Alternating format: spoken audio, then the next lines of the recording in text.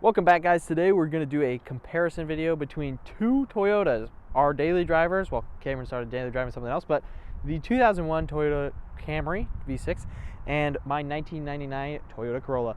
So we're going to be doing a walk around and kind of comparison and letting you guys know which one you guys should buy based on what you need out of your affordable Toyota.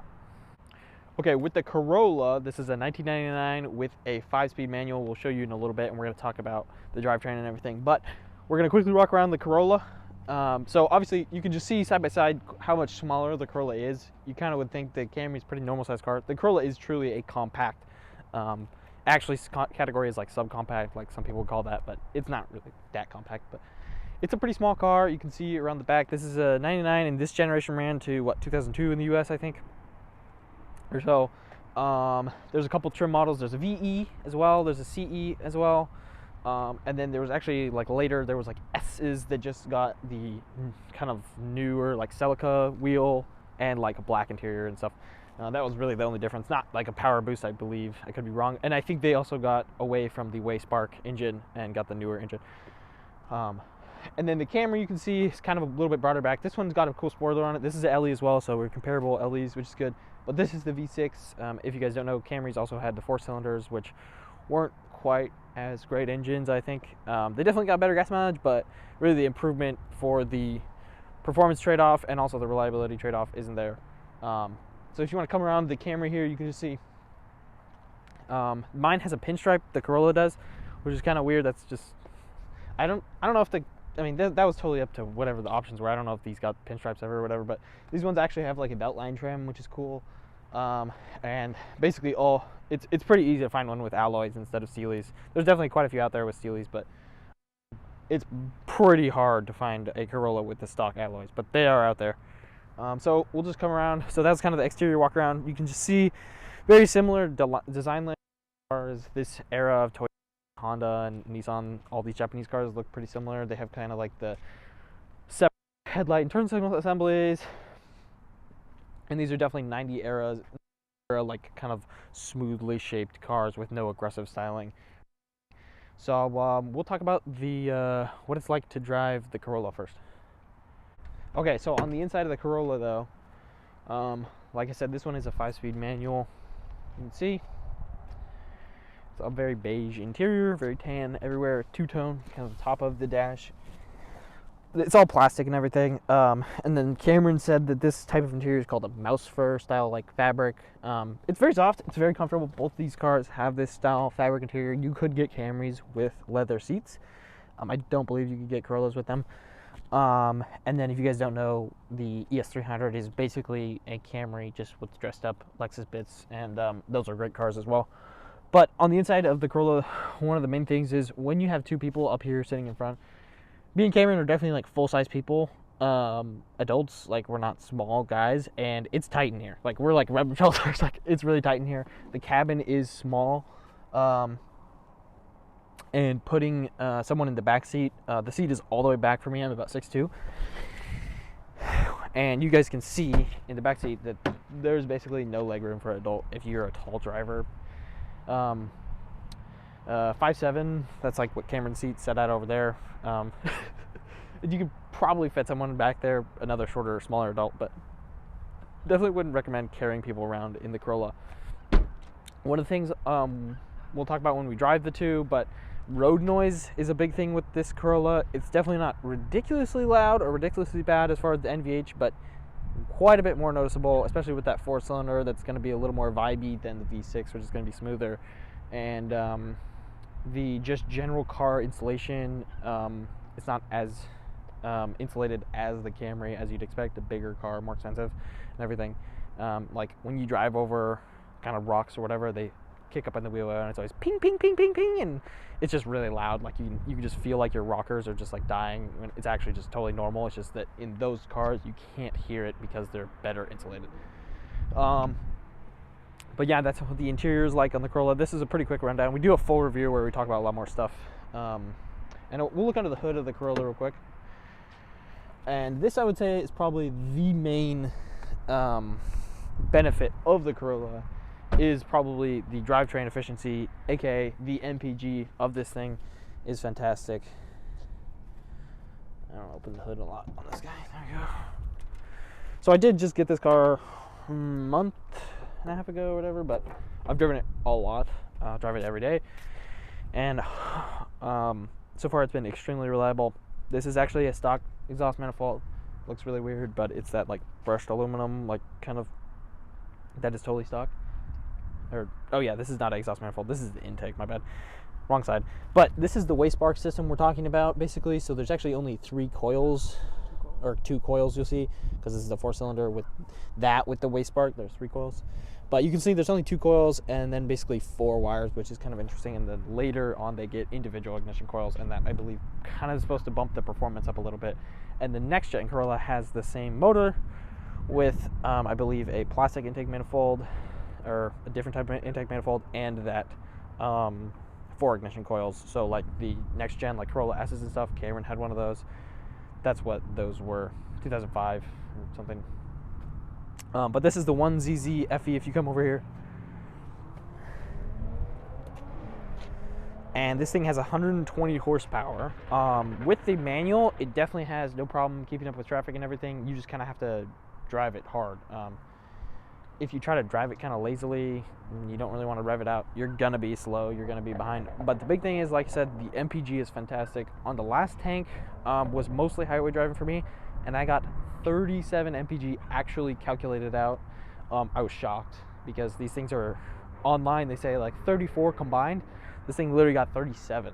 And it wasn't just highway, it was mostly, but so expect mid-30s, I would say, especially with the manual. Probably the automatic, you're gonna knock an MPG or 2 because you can't be quite as efficient when you're just, you know, you use that ability to coast and go in neutral or whatever and be more fuel efficient. But the drivetrain has been fantastic. Things to look out with is for these engines. These are both timing belt engines, and they both kind of leak from their timing covers typically. And that's just kind of one of the things. Apparently the diesel Corollas of this gen blow out piston rings or whatever, but I think that's just an issue with the diesel ones, and those are only in like Japan and like other markets, not here in the US. But it's truly just a commuter car, and it's at its antithesis, at its core, but it is a really good one, and that 5-speed is really good. It's a great learner car. So we'll go on to the Camry now. And the big pro of the Camry is, I would say, driving comfort and experience. Like I said, the insulation of this thing is a lot better. It's a lot better insulated. It's a lot more cushy on the ride. This one's a little more clunky, I would say. It's not really stiff. It's kind of like oversprung, where you go over a bump and it's like, and it kind of like zaps into place quickly. Whereas this one is a little more cushy, and you can feel the shocks actually doing more work. Whereas that thing just kind of is riding around like a spring trap. Look inside the Camry real quick. And another big thing is that it's just bigger in here. Scoot past camera in here. I'm not going to get in because there's not much space here, but the interior is quite a bit larger actually once you sit in there. But you can see the steering wheels are exactly the same in both of them, and they both have wiggly wheel problems. Or actually no, his is good, but you'll see this era of like Toyota, the wheel kind of like the foam will detach from the actual metal frame of the steering wheel, and it's like a hot dog that you can twist. I describe it as. But if you look inside, it's basically the exact same kind of vibe as the Corolla, that like mouse fur interior softness. The seats are a little wider, I can tell, and then also he has a power driver seat on this one, but I believe the passenger is non-power, right? Yeah. Also, I have driven this car, and you don't have to put the seat quite all the way back for someone who is about 6'2", and the back seat is quite a bit bigger. We'll look in the back. Oh, it's locked.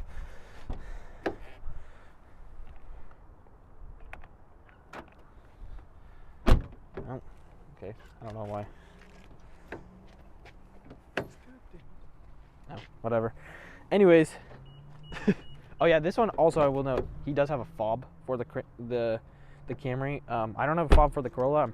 I'm assuming you could get a fob with the LEs maybe, but that probably was like an option you had to pay extra for. And we'll look under the hood real quick of the Camry.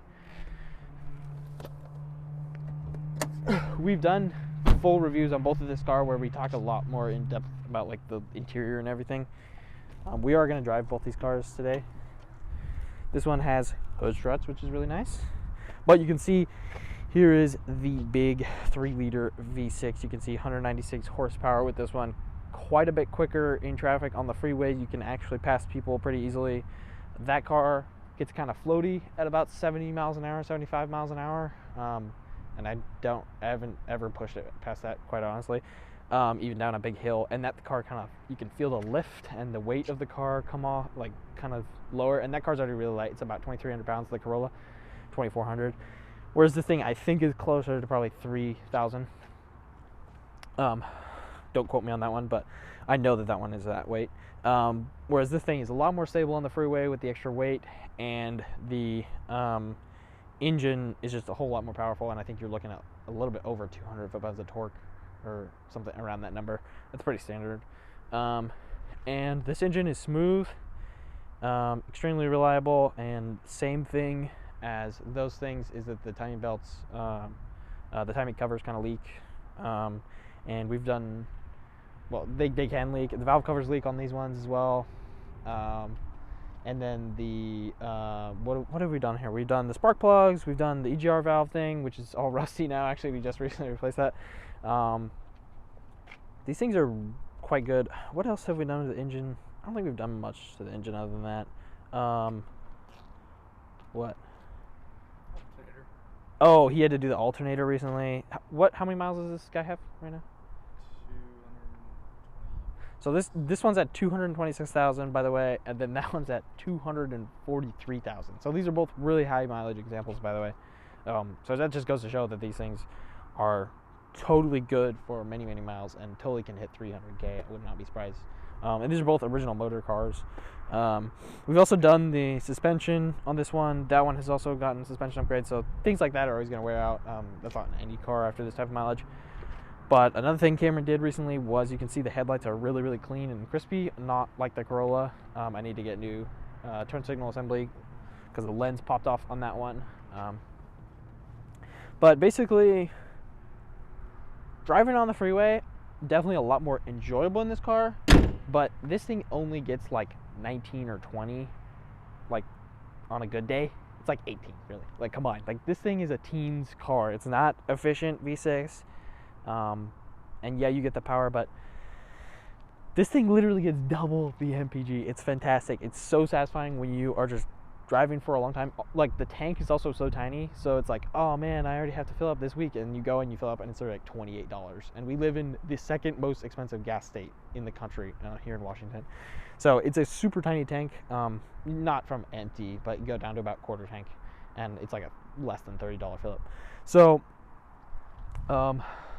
yeah, so the big pro here is the driving comfort and everything, and it's very quiet, and it's definitely a comfortable place to be. Both of these cars are fantastically reliable. You kind of pick your which one you like if you're just worried about reliability. And then I also want to talk about price real quick. These things are kind of easier to find in, I would say, like a B condition or a C condition, and actually like, oh, this has actually been taken care of a bit, or kind of like not just been trashed. A lot of these are just trashed on the inside, just terrible. Like, literally in the Facebook Marketplace listings, like full of trash in the pictures, and it's like, people, what are you doing?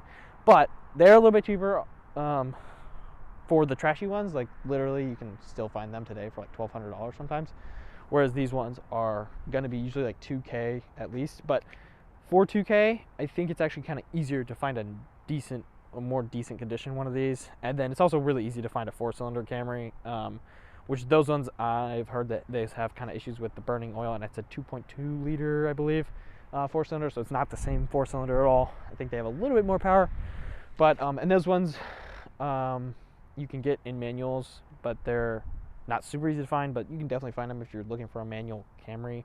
But the MPG boost that you're going to get out of this 4-cylinder over the V6 is not nearly as what you're going to get as just switching to a Corolla if you're just looking for MPG.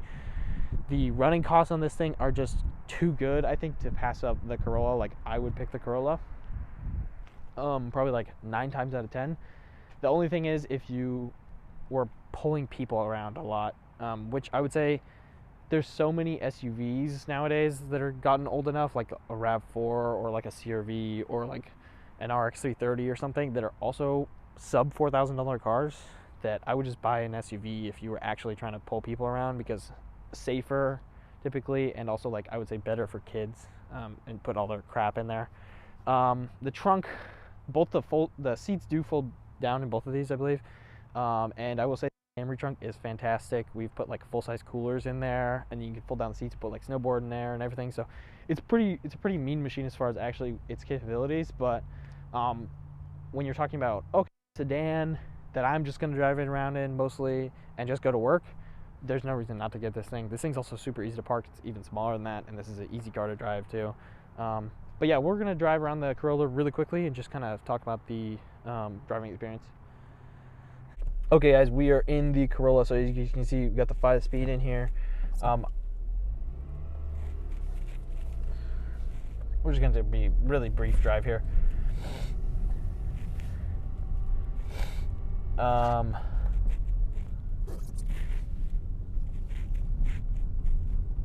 Driving around in a normal parking lot, it's pretty quiet. It's pretty normal, but you can always kind of get a little bit of engine noise and vibration, especially on startup. It's kind of like buzzy on the 1ZZ. Also, I realized I was making smoke earlier. The 1ZZ is not a timing belt engine. It is a timing chain engine. So yeah, and then also I did kind of misspoke on that guy about the timing cover. It's more the crank seal or the cam seals that leak, apparently. According to Cameron, he works on these cars all the time. So, but yeah, we're inside the Corolla, and also real quick point out, this is a common issue. The door handles break all the time. I need to replace that one. Also on the passenger side, the rear one broke. But this transmission is geared very well for the fuel economy, and that's partly why this thing gets fantastic fuel economy.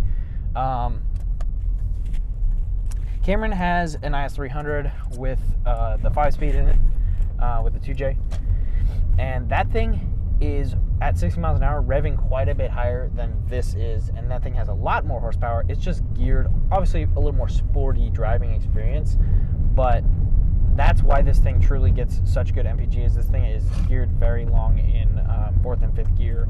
Kind of those first 3 gears is pretty tight, and then 3rd gear is actually pretty long, but 5th gear is definitely plenty long to go and fly around on the freeway at 70 miles an hour.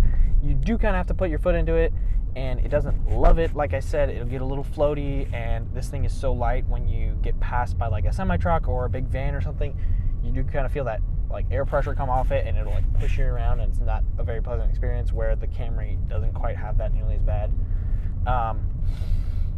But you can see the interior in here. I am fit in here, but my knees are kind of almost to the steering wheel and everything, and the seat is all the way back. Like I said, the clutch is pretty fantastic. This one does have like a newer clutch. It's fine. I'm not gonna like do an acceleration test or anything. There's nothing exciting about this way this car drives, acceleration wise. Wait, does this street go? I don't know. Yeah, it does.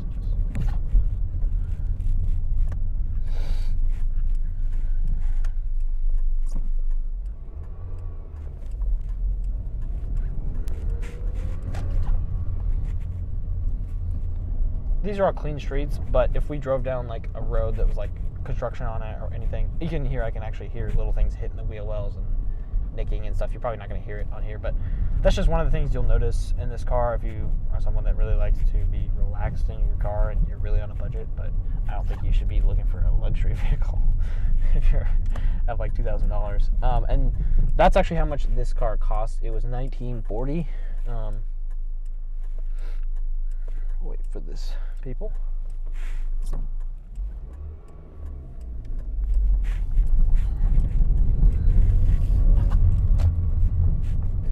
The shifter is pretty notchy. Like you definitely has good engagement when you're in gear. 3rd and 5th gear can be a little bit like, oh, okay, this is a little like not wanting to go in. Also, I noticed in the morning when it's really cold, when everything hasn't heated up yet and kind of loosened up, it's definitely a little hard to like get into 1st gear. But that's just when it's really cold. That's just something I noticed. And the same thing with automatic transmission cars. Like when that transmission fluid is really cold, it'll kind of be a little clunkier and slower on the shifts, and then it heats up and it feels a little better. But we'll hop in the Camry really briefly and kind of talk about that. I'm not really gonna be able to hear like the or notice anything different on the mic or anything, but I can tell you right now, it is definitely kind of a like dead sound chamber in that thing. It's actually really impressive how good the sound insulation is, and a little more like luxurious experience.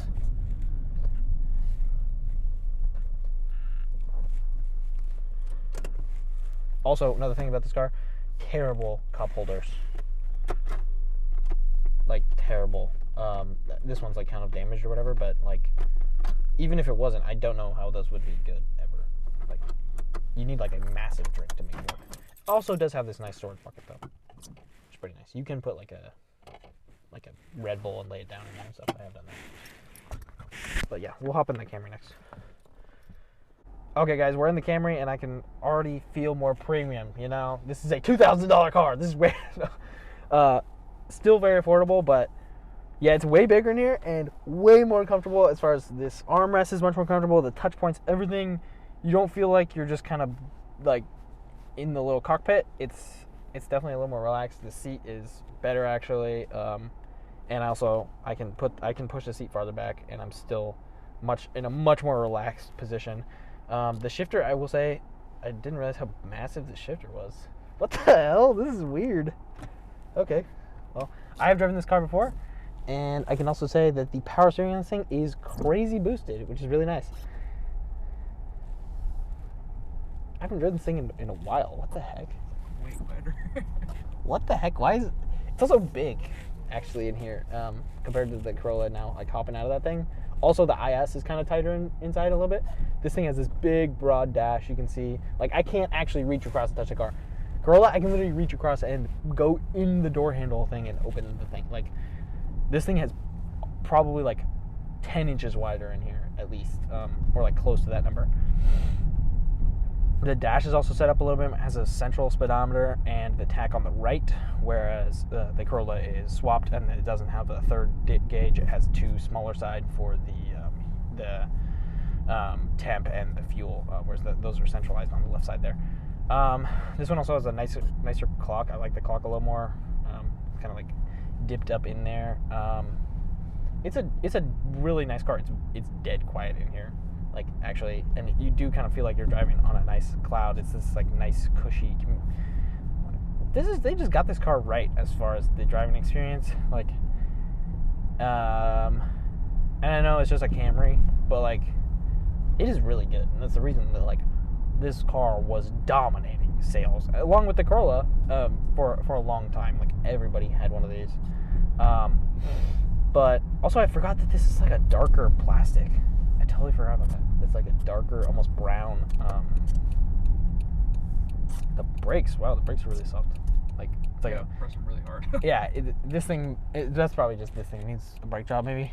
I don't know. Got vacuum leaks and the boosters all messed up. Gotta wait for the traffic.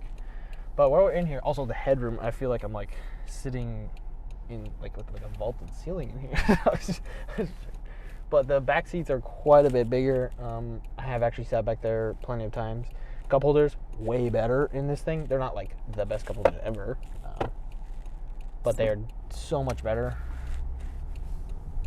Okay, I'll kind of get it on it. Yeah, and this thing pulls totally good. Like, that wasn't like a hard acceleration at all. That was literally like 3,500 RPM. But like, it's totally capable of getting on the freeway and like jamming it and being able to pass whoever you want, unless like somebody else has a really fast car or something. But you know, and this thing, but yeah, it's at almost 228,000 on the miles here, so plenty of miles to go here. Also, this thing can do pretty sweet burnouts. It has a traction button, turn off the traction control, which is sweet. And you can obviously do fucking burnout in a manual car. Like, I've done a lot of burnouts accidentally in the Corolla. It doesn't have a ton of grip, I'm not gonna lie. Like, in the wet or like in a loose surface, it's just like it'll light them up easily. Also, the AC I think is a little better in here, I'm not gonna lie. As far as like the just like raw air output as well. Also, my Corolla whistles really bad when you turn the fan speed up. It's like it's terribly annoying. Only when it's on cold temp though, not hot. It's the flap. Yeah, no, this is way more comfortable. Like driving in the freeway is like you can actually talk to each other. You can actually kind of enjoy the ride. This is not the stock radio, if you can tell. He upgraded this head unit. Camry did. It's pretty sweet. We have a video on Yeah, we do a video on how to install this. That's a common thing with these older Toyotas is the radios basically just go out, just the electronics die in them and stuff. But yeah, this thing is really cushy driving around on cloud. It does kind of make me want to get an ES300, and I was thinking about getting one for a while. But I just went with the Corolla because the MPG is just so satisfying when you go in there and like, oh, $30 later, and you're good to go for a whole other week. How big is the tank on this camera? it. I want to say it's 17. So yeah, this is definitely like a full-size tank, like a $60 type fill-up. Like, we have very expensive gas here in Washington, like I said earlier, and it hurts when you drive a car that gets in the teens. Like, it does hurt your checkbook, like, or your pocketbook. Like, it's not fun. So MPG is fantastic. I can't think of a better car or a cheaper car that gets as good at MPG consistently, because you'd think like, oh, an Tercel. Yeah, I was thinking a Tercel, significantly crappier. Like, so get the Corolla over the Tercel. Also, Tercels I don't think are as reliable either, as far as I don't know what engine is in this. Maybe it's a 1.5. I think. Is it a 1.5? I can't remember. I think it might be a 1.5. I could be totally wrong. Could just be talking out of my butt. But what was I gonna say? Oh yeah, I was gonna say Insight. Like, those get a little bit even better MPG than those because it's like the OG hybrids. But Insights are expensive. Like, it's hard to find one that's not like 5K. That is not, unless it's like totally just like almost undrivable. And then first gen Priuses, they're a little bit more expensive, like $2,000. You could maybe find one, but they're probably another grand or two. But like, they're only gonna get like 4 to 8 MPG better than that. Like, not a ton.